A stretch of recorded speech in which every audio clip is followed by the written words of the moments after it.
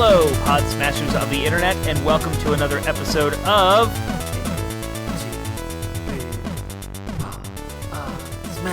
Where gaming goes to grab a beer. Yeah, I need to do that.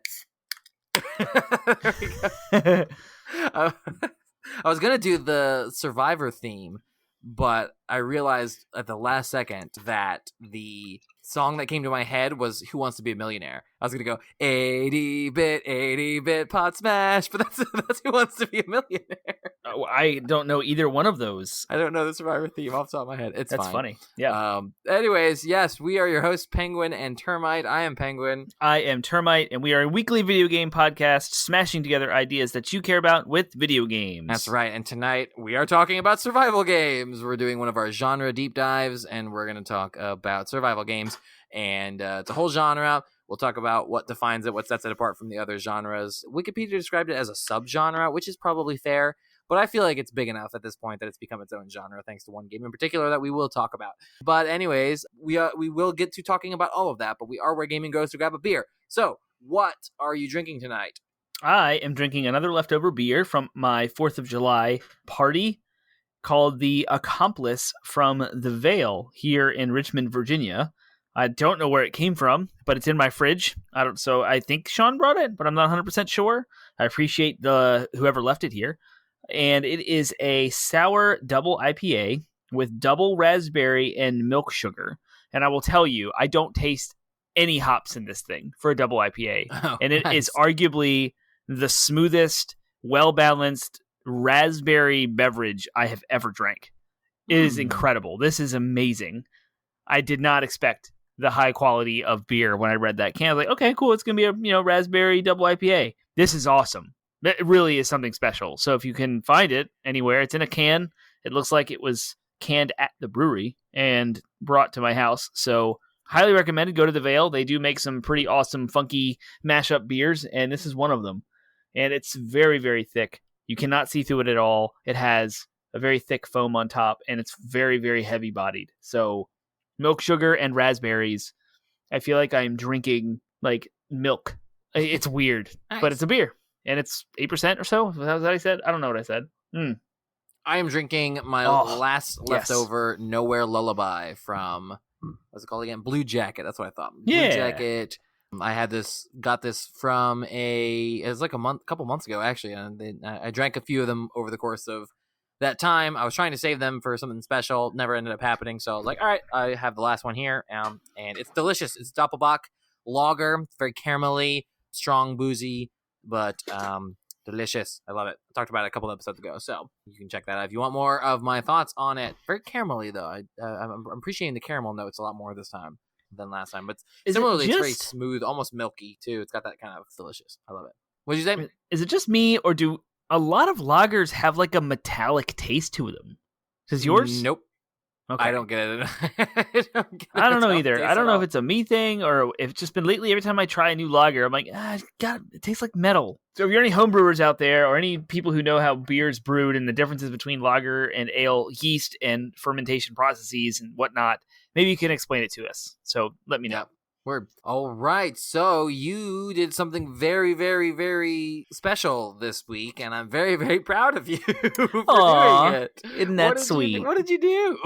I, despite the delusion that I thought I could, actually finished with the secret ending, Returnal. Wow. It Wait, is sorry. done. Despite the delusion that you could? It was a delusion to me that I could beat this game. I see. I was just never going to happen. I lied to myself. I never thought I could actually do it. You were delusional in thinking that you weren't going to be able to do it. I got you. Yeah. No. Yes. I really didn't think I was going to be able to beat it. Yeah. Like, most of the time I was playing this game, I was like, I am delusional to think that I'm going to beat this game. Right, which is ironic because I did. You did, and thereby proving that you were delusional in thinking that you couldn't. It doesn't matter. At the end of the day, I think that, yeah. Despite all your poo-pooing and all of your, nope, this is just not for me. This is not my kind of game. I don't like roguelikes, and I'll never be good enough to beat one. You did it. You proved yourself wrong. You proved everyone who has ever said that wrong because you suck. And if you can do it, anyone can.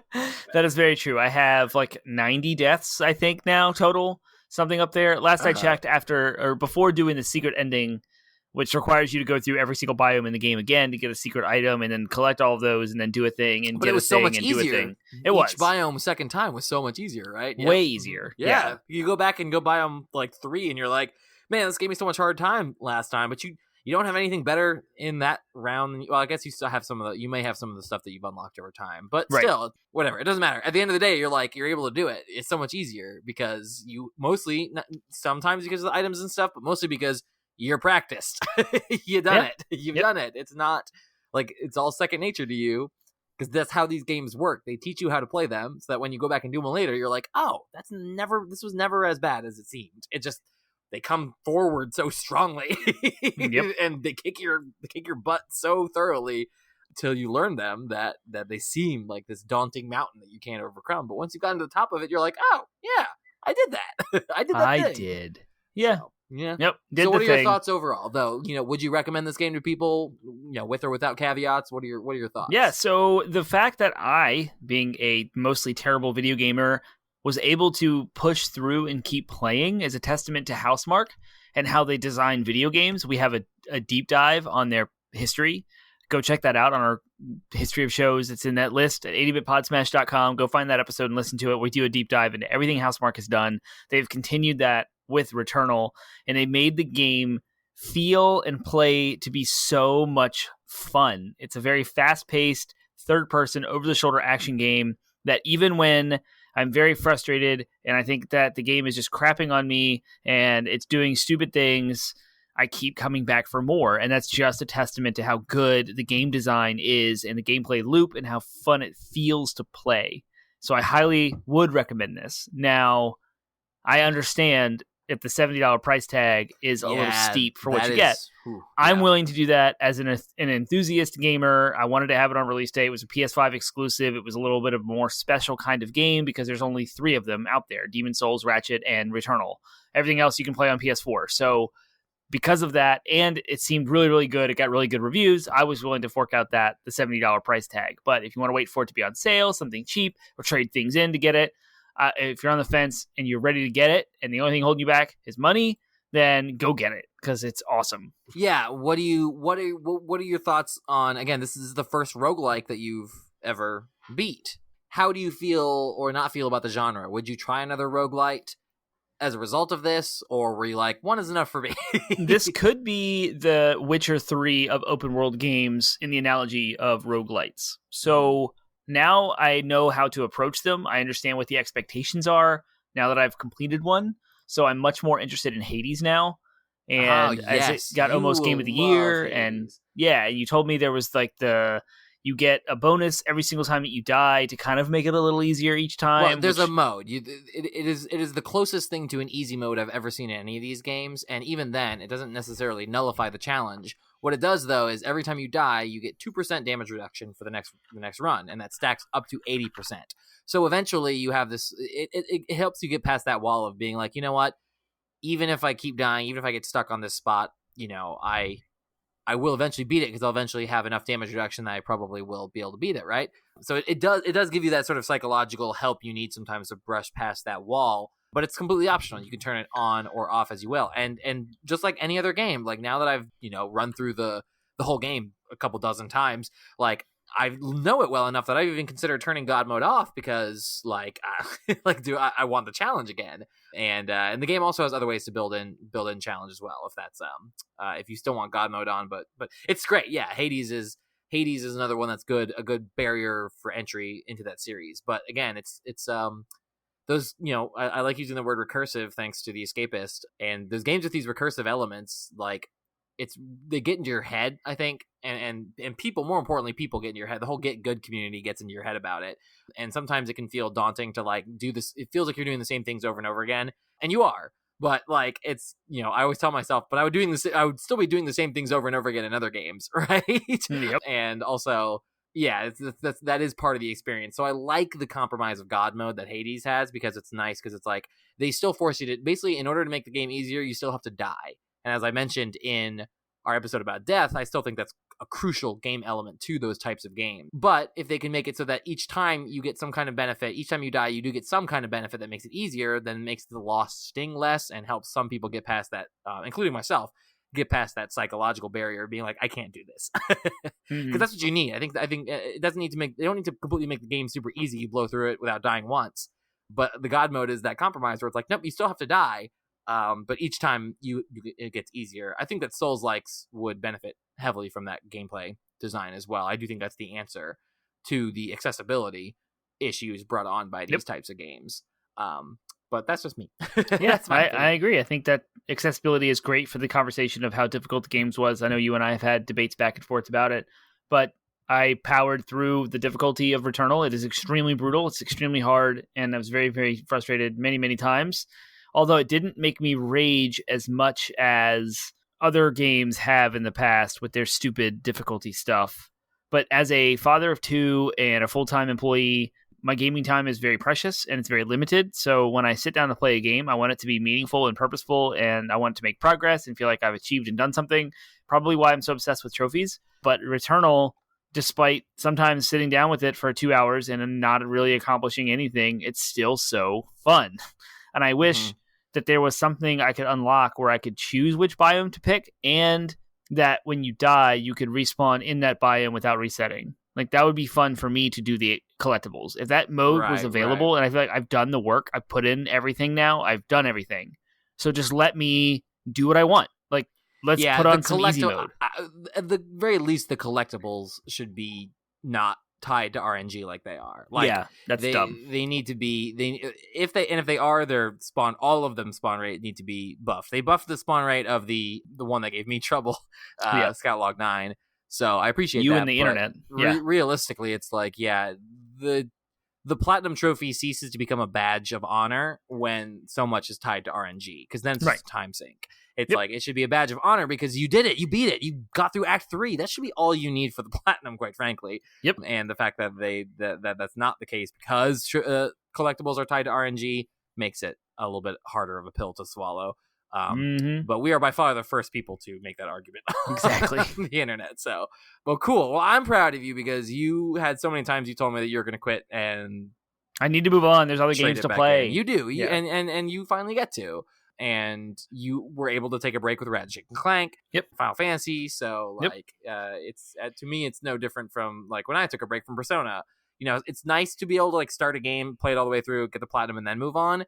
But sometimes it's not realistic in both our lives and gaming ambitions. So it's perfectly, I think it's, as a trophy hunter, it's perfectly acceptable to like put it down and pick something else up and go after a platinum for a while. But I also understand the feeling of being like, it's complete, I did it, I want to move on. So great. And like I said, I'm proud of you and happy that you did it, because now I feel like you might be open to more suggestions like Elden Ring or... Elden Ring is probably something I will play. Thanks to Returnal. Cool. So there you go. Word. All right. So the Returnal is probably safe to say one of our favorite things, but doing this podcast is our favorite thing. And I totally forgot that we weren't in person. So when we were in person, you waited and did the correct way, and then now we're not in person, and you try to sing it with me. Yep. You are. I'm a backwards. Confusing fellow. I'm a confusing and confused fellow. You are the worst, Burr. I am the Burr worst. All right. So favorite things is a segment of our show where we catch you up on something that we are excited about, that we've discovered or rediscovered this week, in hopes that you might find your next favorite thing. Hit me with it. My favorite thing, which kind of came out of nowhere and sort of last minute, I was going to talk about Skyward Sword HD and how awesome it was, but I went to King's Dominion on Sunday.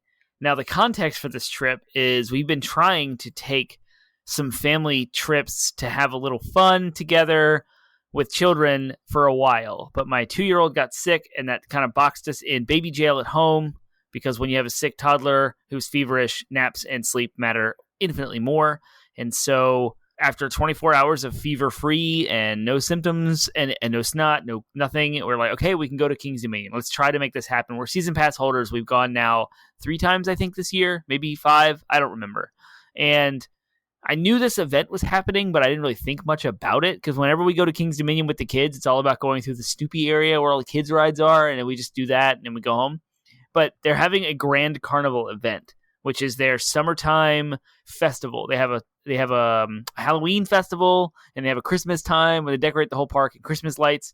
But now for the summer, it's Carnival, and it's this mashup of like a Mardi Gras meets Renaissance, entertaining the king and queen with merriment and drink and food, where there's like these little tents in the area around the Eiffel Tower that are representation of each of the countries. So there's India and China and Italy and France and Germany, and each of the stands have like a unique drink offering and some food offerings. And they have these tasters, these cards you can buy where you can go 6 or 9, and you can get 6 or 9 choices of food from each of these locations at your own pace. And there's also the carnival games like the ring toss and the ball throw and things. The tokens cost money, but what was crazy to me, because if I read all this on paper, I would immediately think of, oh, this is price gouging carnival crap that I've been used to my whole life. It's the state fair thing where the games are all rigged, you lose, and they're overpriced, and nothing works, and the food is just like crappy amusement park food, and whatever, it's all overpriced. But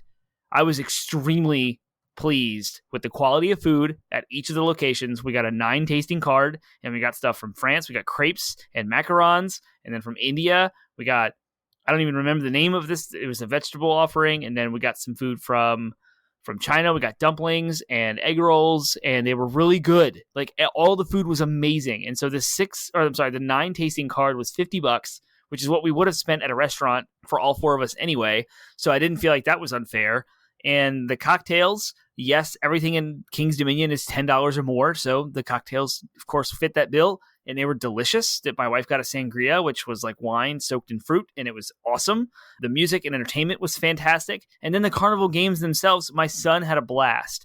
And we paid $25 for enough tokens for him to play 6 games. So yes, it's like a little over $2 per game. But he got a full massive toy from each game. Oh, wow. So we came home like loaded with stuffed animals and like this spring ball that expands and shortens. And like he had so much fun. He was talking about it today. He's got all of his toys up in his room. He gave one of his stuffed animals to our 2-year-old, our toddler, and he loves a little pineapple with a smiley face plushie. And then there's a whole craft table that's completely free. It doesn't cost a dime, where they give away little clappers for the parade, and you can customize your own crown with like stickers and letters. And so Sam, my oldest, my 6-year-old, he like made his own crown and was wearing it around. They give out beads for free, so we are all like decked out in beads, and we have he just had a blast. And all of it was completely not planned. We didn't go there thinking the Grand Carnival was going to be fun. But it was like the best experience I've had as a family at King's Dominion, and I've gone so many times. By far, this has been amazing.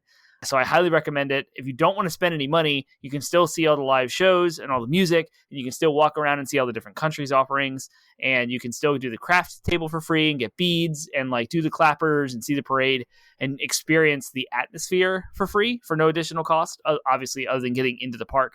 But absolutely amazing. It's awesome. So I highly recommend it. We had a blast. Nice. My favorite thing this week is I had a quarterly bro down with my good friend Nate and his brothers, and I, as an old friend of the family, am an honorary bro. So I was invited down to Richmond and was able to, because my baby's still not here, I was able to make that. And Yay! So we had drinks and we ate food and we played games and had a good time. But the game, because it was the birthday celebration, it's doubled as the birthday celebration for one of the bros. He turned 21, so of course we were drinking beer and introducing him to all of our favorite drinks. But we were also going to let him pick the game of choice for the weekend, and he chose Halo. Ooh! So we all snagged it was good timing because we all snagged the Master Chief Collection for sale on the Steam sale a couple weeks ago, and so I got it for the whole collection for $20. Amazing. So we all played Halo, and oh my gosh, I forgot how much I missed that game. Even playing multiplayer on that game is a blast. We played Capture the Flag in teams, and that was a blast, just coordinating with people, and I love team coordination is one of my favorite things to do in multiplayer games. We played free for all. We played with crazy modes. Have you ever played Ninja in Halo 3? Halo 3 was the Halo of choice. Maybe. What's Ninja? So Ninja is where you like ratchet up the speed and like your character's jumping ability, and you just zoom around the map attacking each other with swords. Well, No, I did not. we did that, but instead of swords, we replaced them with rocket launchers. And it was Yes. freaking amazing. It was so much fun. So yes, Halo 3 right now on the Master Chief Collection is my favorite thing, and I'm dying to play more of it. I would love to play the campaign. We need to figure out if we can play the campaign cross-platform, Steam and you cannot. Xbox. I looked it up. You can't do that, but you can do multiplayer cross-platform, Correct. but not the campaign. Stupid Right. Microsoft, get it together. That would have been awesome. That would have been perfect. I would have loved to play through some Halo. But still, playing the multiplayer mode was a blast, and I'm actually kind of looking forward now to Halo Infinite and playing the multiplayer free-to-play on my PC. That might be a lot of fun. So yeah, that's my favorite thing. So that's favorite things. Yay! Woo-hoo! Which moves us on to our last segment for the show. DLC. It stands for downloadable content. It's a segment of our show where we have a conversation that you wouldn't normally have about video games. And so tonight we are going to talk about, in honor of the fact that I blanked on the theme song for Survivor, we are going to come up with our teams for Survivor from video game characters. So each of us are going to pick a team of video game characters. You know how Survivor has their team? Did you ever see the show Survivor, reality show? I've never actually watched it. But you know the premise, how they have like the teams or whatever. Yes. Okay, so we're doing our teams of Survivor, and we're gonna discuss who wins. So pick. I'll just say 3 video game characters, and that's your team. That's your Survivor team, and we will see from which team we think the winner would be. That makes sense. The winner of all of Survivor. We'll pick our teams, and then we'll discuss who we think the winner of Survivor would be from those teams. So.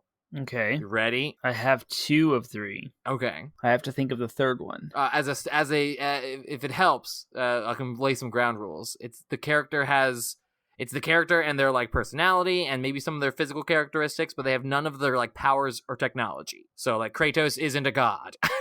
He's really gritty and survivor man. Right. But he's not. He doesn't have his godlike powers. I gotcha. Yeah, and So gotcha. All right, I got it. Okay, I got my team. I've got mine. If we'll have to go one by one, and whoever picks a character first, it's like I get to go first. It's like playground rules. You know, we each go one at a time, and if I pick someone that you were gonna pick, you have to pick someone else. So have some. Well, backups. I go first then. Okay, Solid Snake. Okay. Yes. All right, you got Snake. I did it. I got Breath of the Wild Link. Oh yeah, that's a good one. I like it. My next one is Ignis from Final Fantasy 15. Okay. My next one is Kratos. Like you've spoiled. Sans godlike powers. And my third and last pick is Fox McCloud. Okay. And my third and last pick is Master Chief. All right. So, yeah. Okay. So, obviously, you know, Master Chief and Solid Snake don't have any of their technology that give them the advantage. Master Chief 2 is not a super soldier. So, like, his super soldier powers have been stripped from him, but he's still hardened military veteran.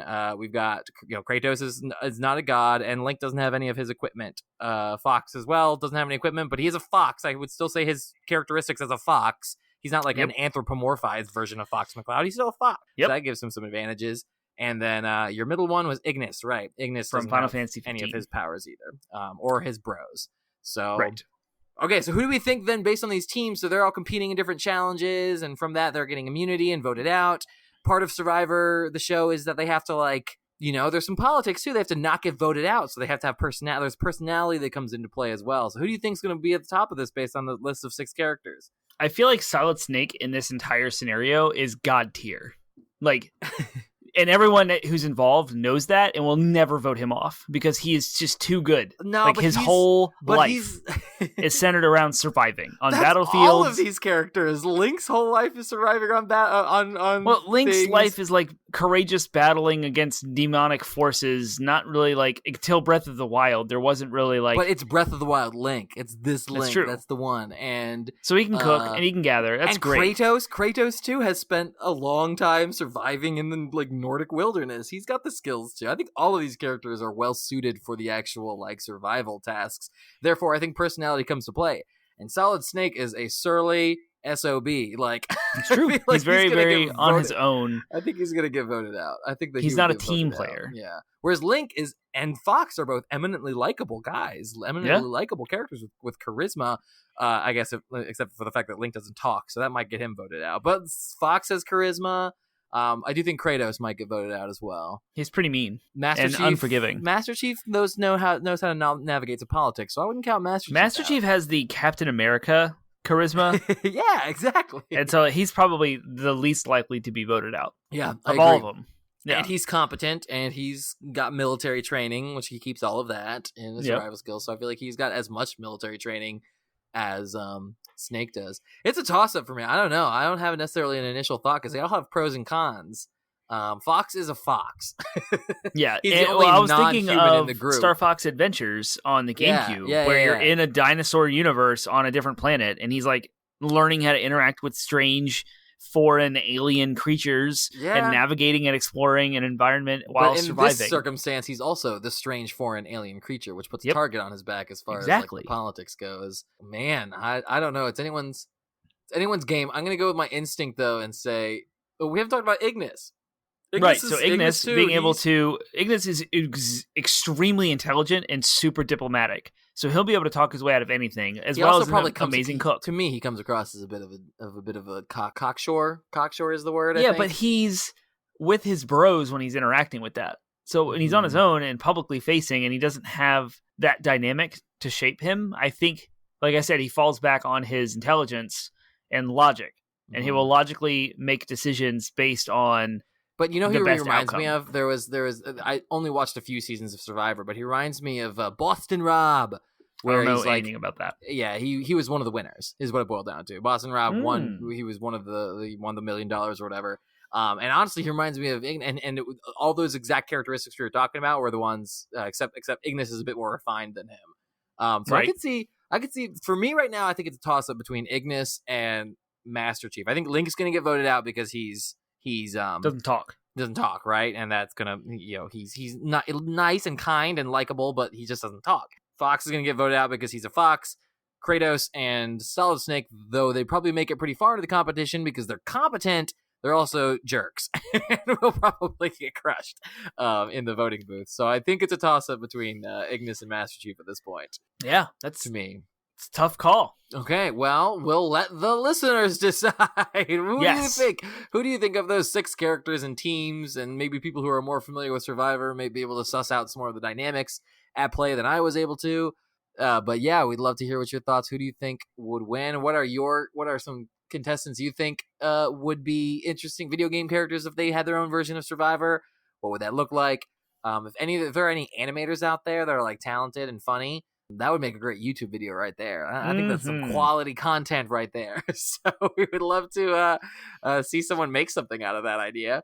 Take it and run with it. We won't even charge for royalties. Nope. Just go with it. You have that. There you go. You're welcome. See it. We just want to laugh at it. So yep. All right. So that's DLC. Termite, where can the listeners share their DLC thoughts if they have them? You can find us at 80bitpodsmash.com, 80bitpodsmash. That's our landing website where we have links to all of our social media platforms, outlets, I apologize, and our podcast platforms. 2 different things. Social media outlets, podcast platforms. Social media outlets include Facebook, Instagram, Twitter, and we have a subreddit as well as a Discord link in all of our show notes where you can interact with our community and us directly and provide your thoughts on who would win in such a survival matchup.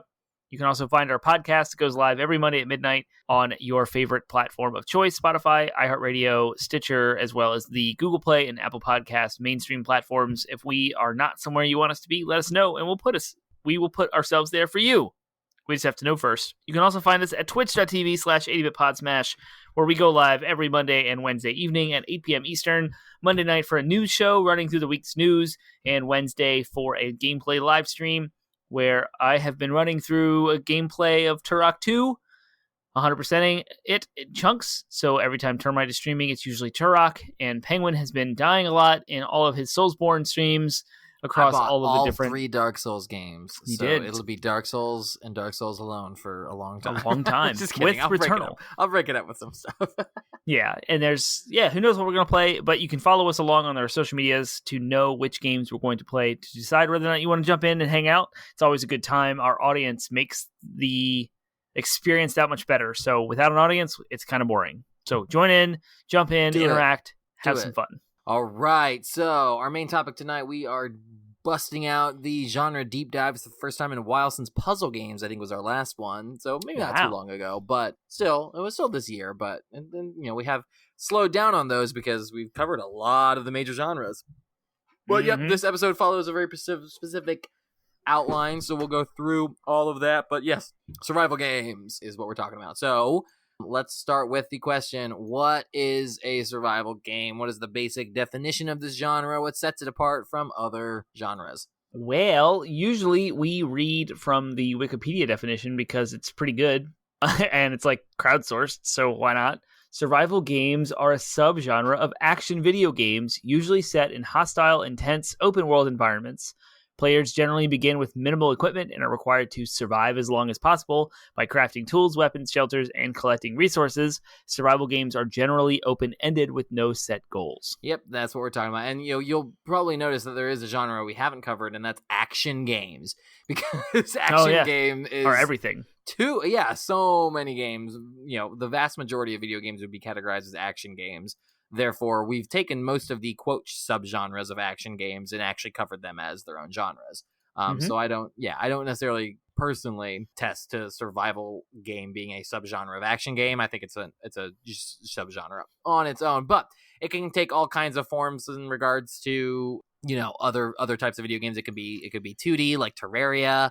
It could be first person like Minecraft or The Forest or Subnautica. Many of them I think are first person to lend to that sense of realism, I guess. But it could be third person over the shoulder like Valheim. There's so many different ways, so many like flavors, I guess, of survival game in regards to its other gameplay elements. It's sort of based Minecraft.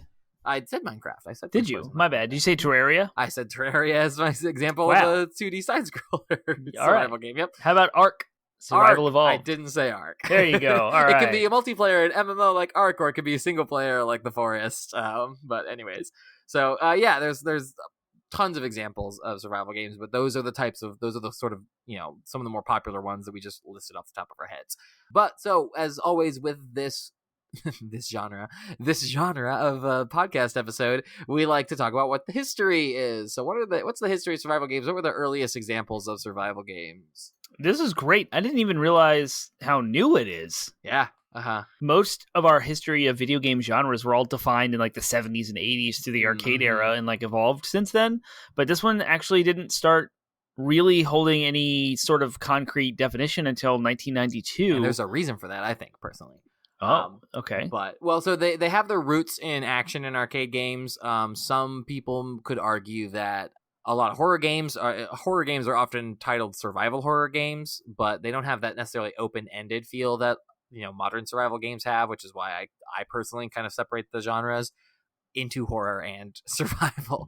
But you'd find examples of quote survival horror games way earlier than 1992. Also, there's sort of those arcade games in many ways. I mean, the ones that were like they just throw things at you until you die, and then you're scored based on how high of a score you get.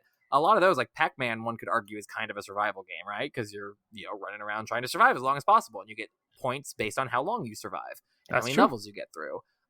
And the game only ends when the game runs out of RAM. Like that's literally how it was designed. When it runs out of when it literally can't process anymore because they didn't necessarily expect you to get that far. That's what the game is open-ended, trying to kill you until. So one could argue that it's back further, but those kind of have their own categories as well. I mean, those tend to be genre as arcade games, and survival games in the way we're talking about in the modern sense have taken on a life of their own with characteristics of their own. So yes, the closest one I think from what I saw in this history was this game called Unreal World, where it was a roguelike in the sense that when you died, you started over, which is another feature of survival games in a lot of ways. They can have that sort of roguelike element, but the big deal here, the big sort of innovation that came with Unreal World in 1992 was that it did have no end goal. It was just you survived in this environment for as long as you could. And that is kind of, in my mind, that is the Doom. That is the that is the Doom. That is the Dark Souls. That is the grandfather of modern survival games. Interestingly enough, it was a roguelike, which is interesting. So when you die, you completely start over with nothing. And it was used ASCII graphics and placed the player in the harsh conditions of Finland during the Iron Age. So unlike the traditional roguelike games, there was a goal to reach. The only goal was to survive as long as possible against wild creatures and the dangers that the snowy weather created. And I never played that, never heard of it until right now. At least doing research for the show. So Unreal World. Go check it out, I guess. Yeah, was that does it say whether it was first person or not? I can't really tell. I am looking up. It's on Steam and it looks like it's a top down. Oh, it is 2D simple animated sprites. Yeah, so it was 2D fixed. So similar to that was SOS that came out for the SNES. Yeah. And that one you're surviving on a little ship, it looks like. And that's kind of cool. But sorry.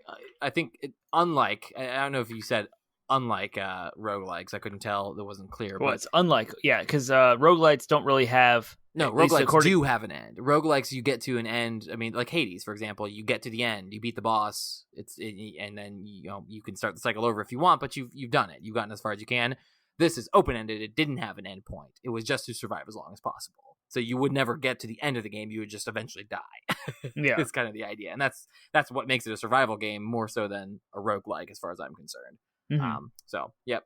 Cool. So SOS in 1993 was sort of a follow-up. Not follow-up to that, but it also came out. So clearly the games were being made around the same time, and one just came a little bit later. But SOS was made by Human Entertainment. After that, the next big innovation would come in 2003 with a game called Worm Online, which would introduce the idea of multiplayer elements, sort of an MMO, where everyone was trying to survive. Everyone who logged in was trying to survive in this world together. And one of the creators of that, I noted it because one of the creators of Worm Online went on to make Minecraft. Went on to help make Minecraft. So Minecraft would then be the sort of survival game prototype, pretty much blow up the genre, and everyone knows Minecraft. It's a household name. It's the best-selling video game of all time. Or sorry, most money, most revenue, or something like that. It's got some crazy. It's setting records. Yep, it's you know it. Yeah. Everyone knows it. Mark Persson is the guy Marcus Persson is the one who he worked on Worm Online with a guy named Rolf Jansen, and then he would go on to develop Minecraft or be instrumental in developing Minecraft. But yeah, I mean, so Minecraft, what makes it a survival game? It's open-ended. Some argue that Minecraft is as much like a like creation sandbox, but originally it was perceived of as a survival game. Like originally they put you into this and there was like zombies and dogs and stuff that you had to survive that would try to kill you, and you had to build shelter and stuff. So it originally was very much a survival game, and it just had such a robust crafting system and really popularized crafting systems in survival games that it became something bigger than just a survival game. It became something way more. Yeah, it's more than, I would argue Minecraft is more than a survival game, but it started as a survival game for sure, and survival games have been chasing that since. So, yep. Anything else? Any other like notable historical pieces of survival games you wanted to talk about? I don't know enough about the genre to say. I mean, I guess pre-Minecraft, which is what we'll talk about next. I don't really know much. Let's break down real quick what some of the sort of elements that again make a modern survival game. The big ones are like they have some kind of like survival system, right? Like it's not just usually it's not just a health bar. Like you also have things where sometimes you have like hunger and thirst meters, stamina. You usually limited resources. The harsh elements, limited resources. In survival games, you often start off with nothing but your bare hands and have to like literally. And this is the other big one: craft things. You have to build shelters, gather resources. You have to take. Again, you start off with maybe a stick and a rock, and you put it together to make an axe to chop down a tree, and then from there you harvest lumber, build a little shelter, build fire, and again, depending on the type of survival game, they'll try to shoot for various levels of verisimilitude in regards to like hunger, thirst, cold, hot, cold. If it gets too hot, too cold. Some of them even introduce sickness systems where you can get sick, you can get diseases, and then yes, you're usually in a hostile world where there's something that wants to kill you, some things that want to kill you, whether it's wild animals or whether it's something supernatural like zombies or whatever. So that's kind of, and then yeah, there's that sort of, usually they're set in kind of an open world of some kind, where you can go anywhere that the game, within the game boundaries, you can go anywhere. So whether it's an island, you can explore the whole island, and they're open ended. They don't have like you don't beat the game. You don't like, they may have a story that you can get all the story of, but for the most part, you just try to survive as long as you can, sometimes even lasting years. I mean, there are settlements in Ark, for example. Ark is an MMO survival game, and there are settlements there. As long as you can defend your settlement, like, it can last for decades.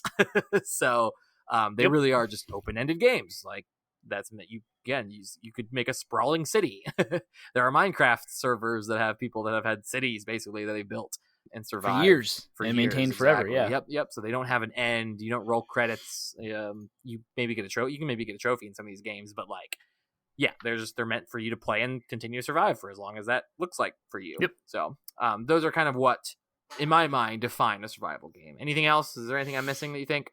No, I think you pretty much covered it. And there's a lot of elements of survival games that go into other genres that I've lots of experience, which we can talk about later, especially when we talk about innovations. But yeah, I think you covered what survival games are. That's it. They're unending, kind of grindy, crafting and building games. It's just like that's it. That's what survival games are. Sweet. Awesome. Well, here's where we can talk about our impressions about survival games, because the next question is, what's your favorite survival game? Yeah, my favorite survival game is Fallout 4. Oh yeah, okay. I would argue Fallout it definitely has survival elements. Yeah, for sure. And that's what I was gonna say. Is like, I don't like survival games. I've tried Minecraft and did not like it. I've tried Terraria and did not like it. And I have it right here. It is the one that's 2D art style. It was very close to a PS4 top down. Don't Starve. Yeah, I played Don't Starve console edition and hated that game. That was not fun for me at all. So I don't really jive with the survival genre. In fact, an element of the survival genre that is present in Resident Evil 2, that is a survival horror game, the remake specifically, I bought the DLC so I could have unlimited rockets to just get through the end of it, because I was done with the survival elements of that game. I think are what I don't like, what I don't jive with. And I've never had that Witcher 3 or Returnal moment where a new genre or a game in an entry, so Witcher 3 being an open world Western RPG that changed my entire opinion of all of Bethesda's work, that allowed me to appreciate games like Skyrim and Fallout, and Returnal, which is a roguelite that opened my eyes to the rogue game genre that I will now appreciate more, so I can go back to games hopefully like Hades when it comes out on PlayStation. I've not had that type of game in the survival genre to expose me to the genre in such a way world. Yeah, that's like appealing and fun, or like it just has the combination of elements that work together that are perfect to appeal to me. So while I recognize the survival genre as a very valid gaming genre that people absolutely love and adore, I won't poo-poo anyone who loves those. You go for it. You do you play your Minecraft, your Terraria, you have fun. But I like goals. I like end. I like a point and a purpose, and like that's what trophy hunting is appealing to me for, and those things are gone from a survival game because it's just survive as long as you can. And it's like, well, where's the end? Yeah, what do I do? I'm more or less on the same page. I have tried. I really have. I have friends who are listening to this episode saying, you haven't tried hard enough, because they are the ones who are still actively trying to get me into it. And you know me, I'm the kind of person who sometimes I'll be stubborn, but I will, for the most part, try something. And oftentimes I'm surprised. Like Bloodborne is the most recent example of, I dragged my feet for years trying that game because I didn't think I would like the genre. And here I am now, like 7, Souls-like games deep, and we haven't even reached a year since I played Bloodborne. So in the last year, I've like gone down that rabbit hole. So like you said, it's the same thing like The Witcher 3 was for you. It's the same thing like Returnal was for you. I've had that moment with other genres, and I definitely have tried with survival games. Most recently, I think Subnautica was my most recent one. I tried that. I've played 7 Days to Die with friends at the aforementioned Brodown. That was a game of choice for a while. 7 Days to Die, you're in like a zombie apocalypse is what it is. But it's the same thing. You start off with like nothing. You have to craft and build shelters and stuff like that. And you can do it with other people. We'd always do it on a private server. And it was fun with people, but it's not something I would go out of my way to play on my own. Mm-hmm. And I've tried Terraria. I've played a little bit of Minecraft. It's really not my thing. I can tell you why. It's because like the games are almost always, it's exactly what we're describing. They're almost always designed in such a way where you have to start with nothing and build your way up. And I can definitely see the appeal in that. There are stakes. It's gripping. It's exciting in a lot of ways, especially when you're in a circumstance where you might lose it all. I like to have a bit of a narrative to keep me, you know what I mean? Like I find that the games that I get sucked into are when there's stakes that are given to me by a narrative as well. And the idea of just like, to me, there's very little difference in survive, get the things you need to survive in this zombie apocalypse, and get the things you need to survive in this water planet that you crashed on. Like it's still just go around and gather stuff, hope that you have the right recipes, hope that you're not wasting your time. And, you know, you have to figure out priorities of hunger and stuff like that. And I'm like, and honestly, guys, I'm sorry. I'm spending enough energy and mental effort trying to survive in the real world. Like I'm trying to survive and provide for my family in the real world. And I don't necessarily want to go into a video game. It's not relaxing for me and enjoyable for me to go into a video game and try to gather food there when I'm busy, you know, have to spend 8 hours gathering food for my family in the real world. I don't know. It's not my thing. It's not my cup of tea. It just doesn't grip me in the same way that a game like Final Fantasy VII does, or even Breath of the Wild, which had survival elements, but there was a bigger world and bigger stakes that were kind of thrust upon me. And there were aspects of that game that were just like, you know, the game, it didn't feel so much, it had survival elements, but the survival elements were just part of the puzzle that ultimately was like the sense of adventure. Like Breath of the Wild imbued a sense of adventure, where Breath of the Wild was kind of game where it was like, it had survival elements that you had to take into consideration. Like, oh, I only have so much stamina to climb this. I probably should cook some food, or I have, or I need, you know, cold weather gear for this cold area. But ultimately it was just like, none of it was so prohibitive. None of it was such a barrier that you couldn't figure your way out, and there was so much sense of discovery in that game. Like, I want to climb that mountain and see what's that glinting treasure that's off in the top of that mountain. I want to go see what that is.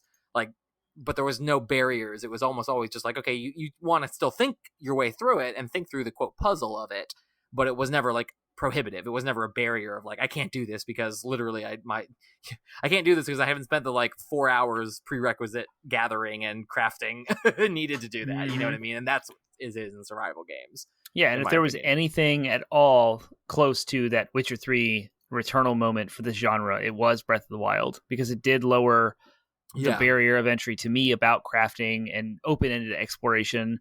I remember wanting to really dive into the game and explore things for myself and like not follow a walkthrough and like really just live what Nintendo had created for me in that game. And that's very unique because I love Zelda. So there's a lot of context that's very one-off for that type of game, but no other game in the survival area at all, or even close. And Breath of the Wild had a story, had a narrative, and had a point and a reason for doing all of these things, that I knew what my next objective could be. I could do them in any order I wanted, but I knew it was the 4 dungeons and like do those things and then go fight Ganon. I could fight Ganon right off the bat if I wanted to. And so that wasn't, the open-endedness didn't stop me because it was there. It was an end. And so that kind of holds to what survival games are that I don't like still. It's, you can take, if you took Breath of the Wild and you removed the objective, that's a survival game. Yeah. And I would hate it. I would not like it. So maybe I really do just need to get over the objective thing if I want to experience. No, I think that's the taste. I think that's where it boils down between taste and, you know what I mean? Like, cause I mean, and honestly, I've been, you know, my friend who tried to get me into Subnautica has told me it's got a really good story. It does have a story, but in my mind, I'm like, but if the story is strung out between like hours and hours of just like gathering and crafting and trying to not be eaten by, you know, fish monsters, then it's going to be a harder sell for me. Not saying I'm completely against it, or not even saying that's a bad story. I'm just simply saying it's going to be a harder sell for me because, you know, there are other games I can jump right into them and have a crazy, amazing experience, you know? So, that is, that you know, all of that's just competition for attention, right? So survival games have just, you're right, at least haven't captured my attention yet. I agree with that. Let's move on to our next question, though. What innovations do you think have been most revolutionary to this genre? So what are the things that, you know, again, we may not have an appreciation for, but we can appreciate, you know, the gameplay elements they've introduced to themselves to make them better? And what impact do you think the genre itself has had on the industry and the culture and the types of games that we're playing today? I think the biggest innovation has been the diversity that these games have existed in. They used to just be kind of like wilderness, beach, forest based kind of survival games, but now we're starting to see stuff like Subnautica, where you're underwater and you're swimming around with like devices and you're doing a whole bunch of cool stuff. I also like how they expand different types. So you have a side-scrolling 2D Terraria. You also have a fully like fledged, almost MMO style Conan Exiles. And then you have like the post-apocalyptic DayZ. There's so many different flavors of survival games, and then you have the very Valheim. artsy. Valheim, Valheim, right? Valheim is like, the one that I've been most intrigued by because from everything I've read about them, Valheim is like where like Dark Souls meets survival games. Where one minute you'll be like chopping down trees and building up your settlement, and the next minute you'll be going through a portal and slaying like fantastical dragons and giants and stuff. It's like, oh man, that sounds really cool. So it definitely has you're right, they have definitely been able to like bring in elements of lots of different other types of games to really expand upon what kinds of experiences you can have in the genre. Totally agree. Sorry, didn't mean to derail you though. You're fine. And then Ark, of course, Survival Evolved, where you're on dinosaurs and saber-tooth tigers and like you're in a prehistoric world. I'm just looking at the list of like the best survival games, and I'm looking across all of them, and they're so different, all of them. The Long Dark looks like what we experienced with the trailer for Everwild, or what you would see in like Firewatch kind of art style. Yeah, there's just so many different types of experiences to be had in survival games. It's just the world is your oyster. Just go do what you want. There's something for everyone. I would say the biggest innovation and impact they've had on for better for worse, they have really pushed crafting. And what is satisfying about crafting, I think. And again, crafting can be a mixed bag. Sometimes it's done really, really well and really, really elegantly in other types of games, not just survival games. And sometimes it can just be so tedious. Like I find crafting, I mean, like Horizon Zero Dawn, crafting was amazing. You almost always had what you needed. Sometimes you'd be running low on things, but you knew you'd probably run across it. And it would only make a difference in any individual encounter. Like, do I have enough in this encounter to craft these arrows? And almost every single time you ran out of something, you still had a way to get through the encounter. That's what you very rarely were like, oh, nope, just completely out, gonna die now, I guess. Yep. So you almost always had what you needed. The crafting was, you were able to do it mid-combat. It would slow down. It was very satisfying to do. And yet you still had a way around it. But so much crafting in a lot of games. I think of like Fallout, like the Bethesda games, and I'm picking specifically games that are not survival games but have survival elements. And in the Bethesda RPGs, it's almost always like, well, like I might have to spend 3 hours traipsing halfway across the map to find the very specific thing I need to craft this one thing that may get me through this encounter, and if I run out, I'm screwed. It's it's very tedious. And in a survival game, that's fine because that's part of the appeal. That's part of the game design. That's part of the challenge, is being able to be resourceful. But when you include that in other games, it's like, oh my gosh. And just so many games feel like they have to shoehorn in crafting systems where they don't belong. But I'm throwing my complaints out there and now putting them aside and just simply saying that like we wouldn't have any kind of crafting systems, good or bad, if it weren't for, or they would all look like World of Warcraft where it's just stupid. If it weren't for survival games really pushing that verisimilitude and really pushing that idea of like being resourceful and managing resources, I think that that's probably the biggest impact they've had, not only on themselves, but also on the greater video game industry at large. Again, for better, for worse. People have various opinions on crafting systems. I have various opinions on different crafting systems that I've experienced. So love them or hate them, or hate them as the case may be. Crafting, I think, is where it's really at in these games.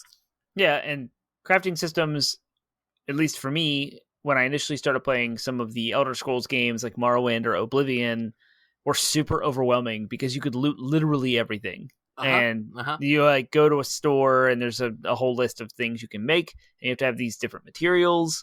And then there's the MMO side where it's just ridiculously grindy. It's like, okay, I'll go kill these things and loot this one thing that might drop every so like often. It's checklist. And then get the thing and then go sit somewhere in a fishing place and like fish and then go craft and carve my leather band-aids or whatever.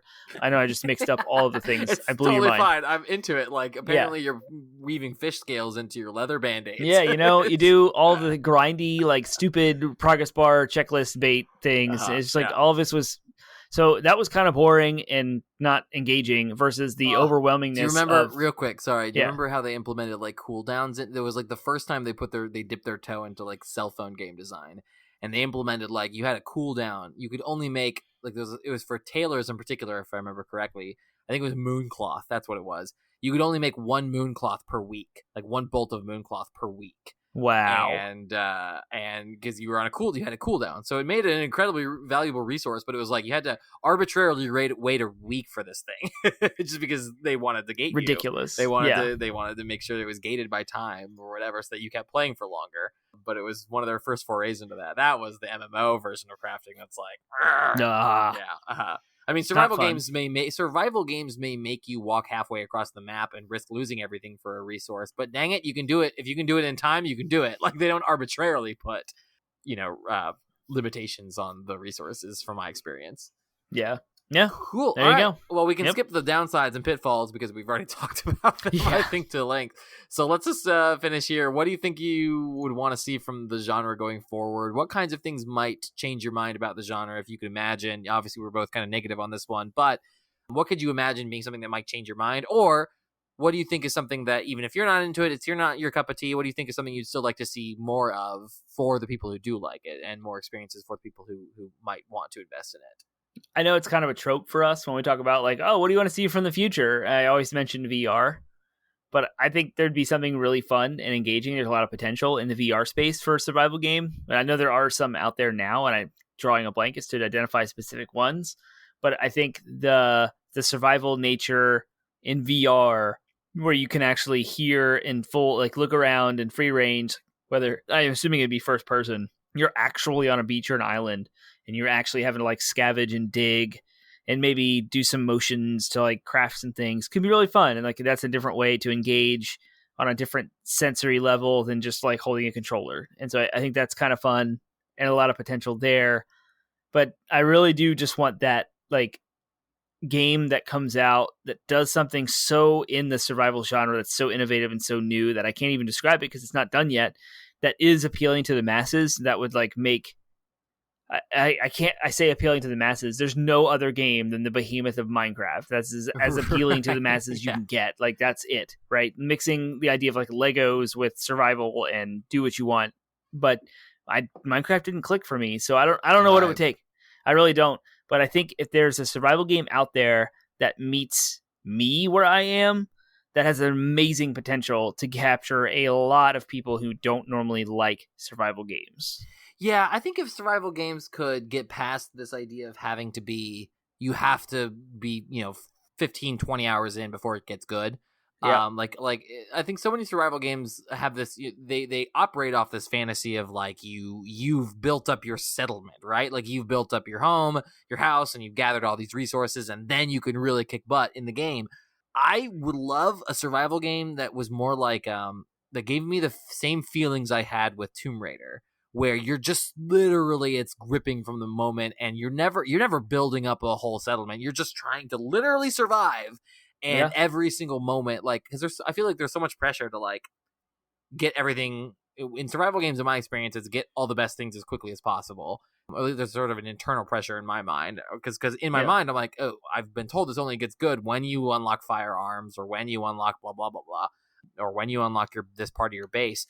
Whereas, like, I really feel like a lot of the spirit of what makes survival games fun, whenever people talk about the most fun they have in them, it's always like, oh, I almost lost everything because this crazy thing happened. I'm like, what if that was the game? What if it was like you drop and you never have the chance to build? There's not even a system in place to build a settlement because you're just so busy crafting weapons. You know what I mean? Like, your weapons are breaking. You have to survive. Maybe even putting a time limit on it, something like Outer Wilds or whatever, where you have to survive until X happens, or you have to like get to the ship, and there's still all the crafting and all the like even hunger and water and all that stuff, but you have to survive 3 days on this thing until the ship comes. I think that would be a really cool, and maybe there are games like that. There probably absolutely are games like that, and if there are, maybe point me in the direction. I'd like to try them out. Mm-hmm. But I really think that like something like that, and then to the next step is to, people, again, I've been told the narrative of Subnautica is so good, get to the narrative bits faster, or find ways to get through and discover the narrative. Video games are so good at environmental storytelling. That's like the Souls like games have and roguelikes, even like Returnal, have shown that you can do so much storytelling in the environment itself. Put me on an island with a rich lore and history, and have me survive on that island. But while I'm surviving, I come across things that tell me a story, not just like, oh, cool, you've survived long enough, you can now unlock this bit of story or whatever it is in Subnautica. Or you've finally crafted and built part of your base that allows you to build this cool boat or whatever, or submarine or whatever. Now you can go find the actual story. Like, no, I don't like that. Let me find the story as I go. Let me come across lore tablets. Let me come across structures and temples and things where it's like, oh, this is super telling me a story right now. Oh crap, zombies are here. Let me craft together some axes and jam them in their faces. I do feel like some of that, like the pacing of these games could stand to be a little bit more gripping. And I think that if something like that were to come out that also was like really high quality, designed with a top tier developer, I would be willing to give the genre a try again in that sense. That would be mine. That would be how I would fix the survival game genre for myself. I mean, there's a lot of survival adjacent games out there that have got my attention and I played through, and Breath of the Wild was one of them, and Days Gone is like another one. I know. I'm on the edge. I'm itching. I'm dying to get into it, but I just like the way the genre exists and the form it exists now is just not something that I'm interested in. Yep. Yeah. Whoo! Survival games. That, I think, does it. That's a good stopping point, unless you had any final thoughts on survival games. That's all I got. That's all we got. I think we did I hope we did the genre justice. I never like to be like, yeah, well, we trashed that genre the whole time. Right. No, there's a lot of good, and in fact, the highlight of the conversation to me is how many things, whenever a genre bleeds into other genres, like flattery is the most, like, what is it, repetition mimicry, or copying mimicry. is... Mimicry, thank you, is the most flattering. Yeah, exactly. You said it. So I think the fact that games like Fallout 4 and The Witcher 3 and Breath of the Wild and Days Gone all borrow so many elements of survival games. Even like The Witness, which is an indie title that's more of a puzzle game, borrows elements of survival where you're stranded on an island by yourself and like left to make your way through a bunch of puzzles. Resident Evil limits your resources in the same way survival games do, forcing you to make those decisions, but it still is a good gripping game. Yeah. It bleeds into everything. Yep. All of those are the great ideas and great aspects of survival games that are worth talking about this genre and like hold it up. So that's the kind of stuff, that's the reason why we want to talk about it. That's why we wanted to jump into the survival genre. Not just because we don't like it or we're not exposed to it, even though that's part of the reason, but also to highlight how it affects other genres as well, how it builds the entire gaming industry up. Props it up, yeah. Yeah. No, like I said, it is probably, again, thanks to Minecraft, it is probably one of the biggest, most influential emergent genres of the last decade. So even if a game you love isn't a survival game, you tell me what that game is, and I would say it's probably 50-50 chance at least that it's had influence from survival games. From the last decade. So it's still definitely worth talking about. So if you are a huge fan of survival games, we want to hear from you. If you hate survival games, we want to hear from you. We want to hear all your thoughts on survival games. Did we leave something out? Did we leave one of your favorite survival games out and not talk about it? I will say real quick, Rimworld. That's the survival game that we didn't talk about that is hugely popular. Nice. So there. Ha! I said it. I said Rimworld. Right. Rimworld fans. You did the thing. Good job.